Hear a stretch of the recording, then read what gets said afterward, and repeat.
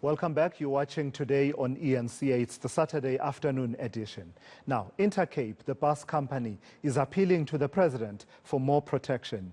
Long-distance vehicles and staff members have come under a spate of attacks in recent weeks.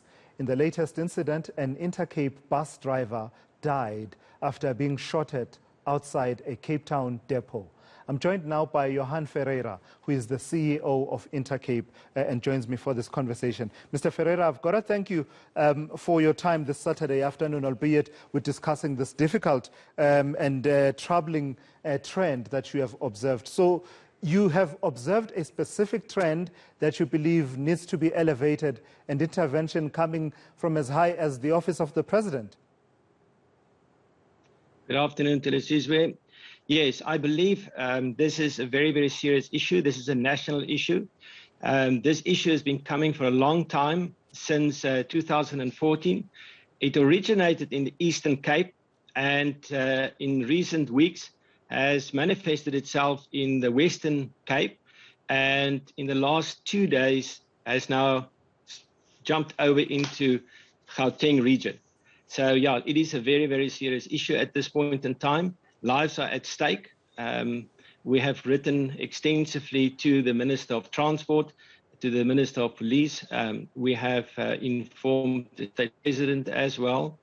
And we, as InterCape and the Long Distance Bus Association, view the situation in a very, very serious light.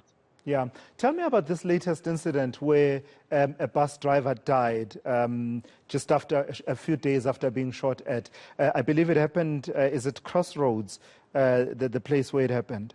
Lower Crossroads, yes. Yeah, the incident happened at our Cape Town depot. The Cape Town depot is situated at Morris Close Airport Industria. This depot has been in existence since 1979.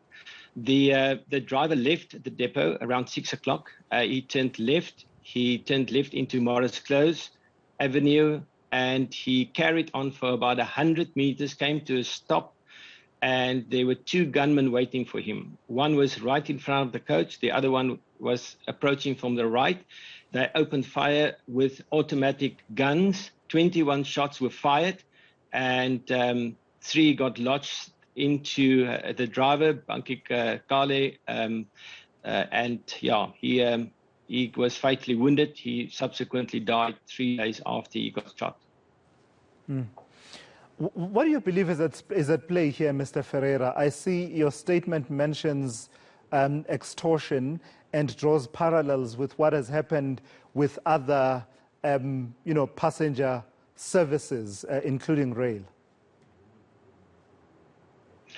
So, I believe that, if you can capture a state and you can capture Eskom and you can capture, the economy, you can capture a long-distance bus operator or operators. So I believe this has been a systematic attack on the bus operators. As I said, it originated in the Eastern Cape. Originally, the taxi associations was questioning the validity of the intercity bus operators' licenses. They complained to the PRI, which is the provincial regulatory entity. Meetings were held, permits was explained by the authorities. They then went on to complain to the police about where we stop and what times we depart and arrive. And when they could not find any fault with our operations, they then started to violently attack the coaches by stoning it, shooting at the coaches, injuring passengers, and it's been escalating. So in the last 3 months, many coaches has been stoned, not only from InterCape but also from the other companies. At one point in time, there was 8 coaches from different companies stranded in the middle of the night at Craddock, with all windows broken, front windscreens broken. And there's been over 150 cases that was reported to the police in the Eastern Cape. In the Western Cape, there's reports of cases that was filed with the police, amongst others murder and extortion and also victimization. So yeah, this is serious and it's escalating. I did predict this. When the police asked me about my opinion, I did predict this a month ago, that it will escalate. And if the Minister of Police and the Minister of Transport is not going to come to the party and ask the different departments to look into this matter as a matter of urgency, I believe that more lives will be lost and more people will be injured.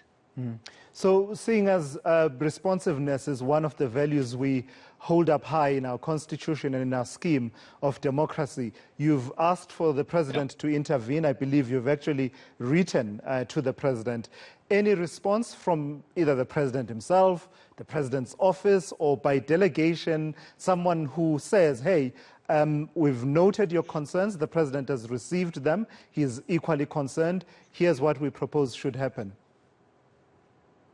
I've not received any word from the president's office, or any of his ministers. We've not received any respondents from the Minister of Transport, Minister of Police.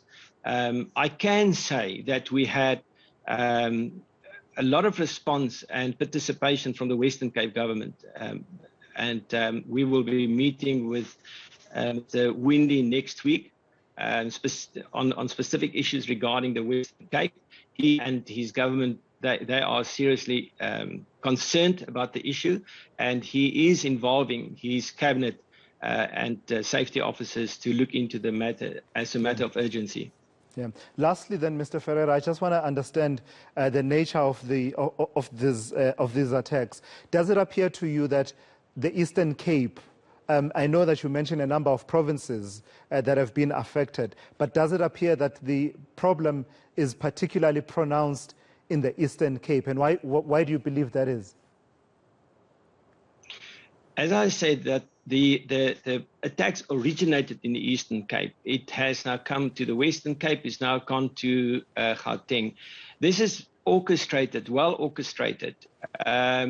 These taxi operators and taxi bosses work together, cross borders, and it's basically, it's very simple. They either want to dictate the prices that you can charge, how many coaches you can have on a specific departure, what time of departures you can do, at what towns you can stop, who can sell tickets, who can't sell. So they want to literally control your business and ultimately control the industry. And if they can't do that, you have to pay your way out of this sort of manipulation, extortion, whatever, racketeering, you can call it anything. So it is a serious situation. So either you comply or you don't, and if you don't, then this is what happens to you. Your passengers and your drivers and your depots and your staff is under constant attack. Terrorism. I can't see it in another way. It is absolute daylight terrorism. All right, I've got to thank you for your time. It is a concerning situation. That is Johann Ferreira, who's CEO of InterCape. They're calling for the intervention of the president. Usually you say, let's get intervention before someone loses their life. Well, that has already happened. And InterCape, they're citing that incident where an InterCape bus driver has died after being shot and critically wounded, which happened just outside the company's depot in Cape Town. So you heard there some of the reasoning and reasons that he believes are behind those incidents. Is anyone watching? Is anyone listening? I wonder.